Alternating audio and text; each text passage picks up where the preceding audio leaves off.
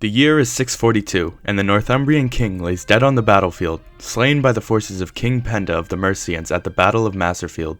Oswald, the great Christian king and overlord over the Anglo-Saxons who had turned back the coalition of the British king Cadwallon and Penda, was now dismembered alongside his formerly dominant kingdom. The pagan King Penda, while not recognized as having held imperium over the other Anglo-Saxon rulers by Bede a century later, was certainly the most powerful of them following his victory, exercising his strength across the region. Following Oswald's demise, the Kingdom of Northumbria, which in reality in its early history was a union between the often adversarial kingdoms of Bernicia and Bede, was split in two. His brother Oswiu became king of Bernicia, while the southern kingdom of Bede was given to Oswin, the son of the former pagan king Osric whom Cadwallon had slain, but who instead ruled as a deeply Christian king. The two initially agreed to the 642 partition, and for nearly a decade the two kingdoms existed in peace, politically separate from each other. Upon his victory, Penda marched through Bernicia to the royal center of Bamborough, which he attempted to set ablaze with a large bonfire after failing to storm it, but was unsuccessful due to the wind reportedly blowing it in the other direction as a result of Bishop Aidan's prayers, according to Bede.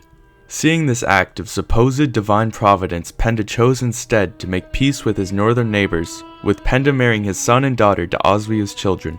This stabilization of the region allowed Penda to turn his attention to his other Christian adversaries to the south, while allowing Oswiu time to build his strength, and for several years he bided his time. The mutual division of Northumbria would be undone in 651, with Oswiu marching his army south to Bede, preparing to make battle. Upon realizing the far greater strength of the Bernician army, Oswin chose instead to disband his army for the time being and go into hiding to his friend and vassal Earl Hunwald. Hunwald, however, betrayed him to Oswiu, who had him murdered in what Bede refers to as a crime, for which Oswiu would later construct Gilling Abbey to atone for the act. Oswald's son Ethelwald, who had likely been too young to succeed when his father died, was now established as king of Bede in opposition to his uncle, allying himself to Penda. Perhaps fearing the potential of a Northumbrian restoration, Penda soon marched once more through the kingdom, devastating up through to its northern fringes. Oswiu chose to feign submission, promising exorbitant riches in exchange for peace, an offer which Penda seems to have accepted. On his way back south, however, Oswiu ambushed Penda at the 655 Battle of the Windwade, allowing the much smaller Bernician force to have victory. This was aided by the flooding river drowning many of the invaders due to heavy rain, as well as the timely withdrawal of Athelwald's force, who instead chose to wait nearby.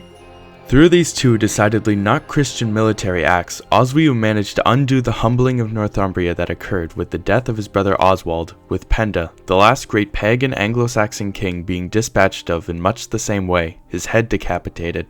Athelwald would also not be spared his kingdom, with it handed to Oswiu's son Alfrith, bringing it firmly under Bernician control. It was Mercia's turn for humiliation, with Oswiu taking the kingdom for himself, while the south of the kingdom was granted to Penda's Christian son Bede.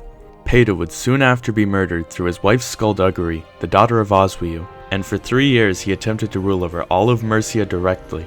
During this period he exerted strong influence over the southern Anglo-Saxon kingdoms, with this period being his time as one of the Anglo-Saxon chronicles Bretwalda's.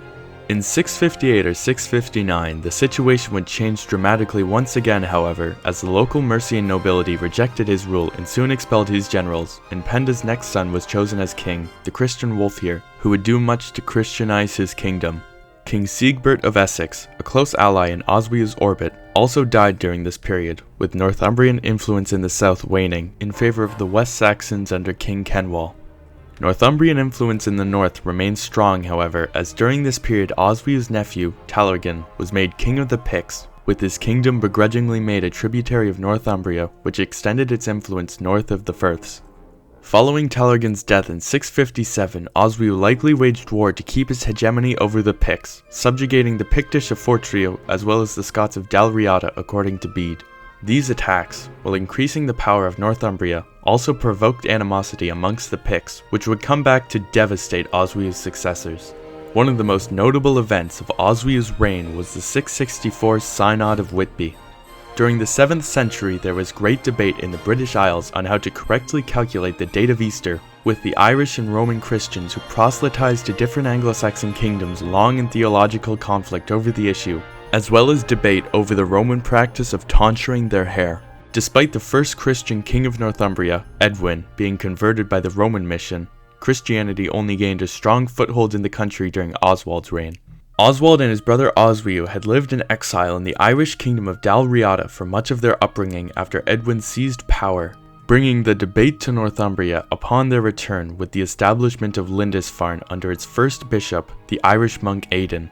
Oswiu sought to end the debate, partially due to the vocal support for the Roman side from his son Alfred, and so that he could also celebrate Easter on the same day as his wife Eanfled, the daughter of King Edwin, who was brought up in the Roman tradition. Oswiu called and oversaw the religious synod, which was attended by many of the foremost religious leaders of the island. Bishop Colman of Lindisfarne led the Irish side of the debate, while Bishop Agilbert of Wessex led the Roman delegation. This led to some trouble due to a language barrier for both sides, as Agilbert was natively Frankish, requiring Bishop Ched of Essex to temporarily act as a mediator. Agilbert chose a young priest named Wilfrid to present the Roman case on his behalf, who presented the Irish as stupid, archaic, and contrary to the rest of the Christian world. Finally, Wilfrid's appeal to the authority of Peter's apostolic see convinced Oswiu, and the synod was decided in favor of the Roman tradition within Northumbria, with Colman giving up his bishopric to return home to Ireland. The summer of 664 brought plague to the shores of Britain, with tens of thousands likely dying, including possibly the king's son as well as all but 3 of the Anglo-Saxon bishops, including the Archbishop of Canterbury. This led to concern over appointing new bishops to replace them, as according to the rule of Pope Gregory the Great, 2 bishops were required to consecrate a new one in England, with it unclear whether or not they should wait for a new archbishop. There was also a temporary pagan revival amongst the peasantry in southern kingdoms like Kent, which lasted until Theodore was consecrated as archbishop in 669. Theodore chose that uppity priest and newly consecrated bishop, Wilfrid, as the new bishop in Northumbria, who subsequently moved the see to its vacant seat at York, achieving a final victory over Lindisfarne. Oswiu died on the 15th of February of 671 at the age of 58 after a 28-year reign, shortly before he was to go on pilgrimage to Rome with Wilfrid.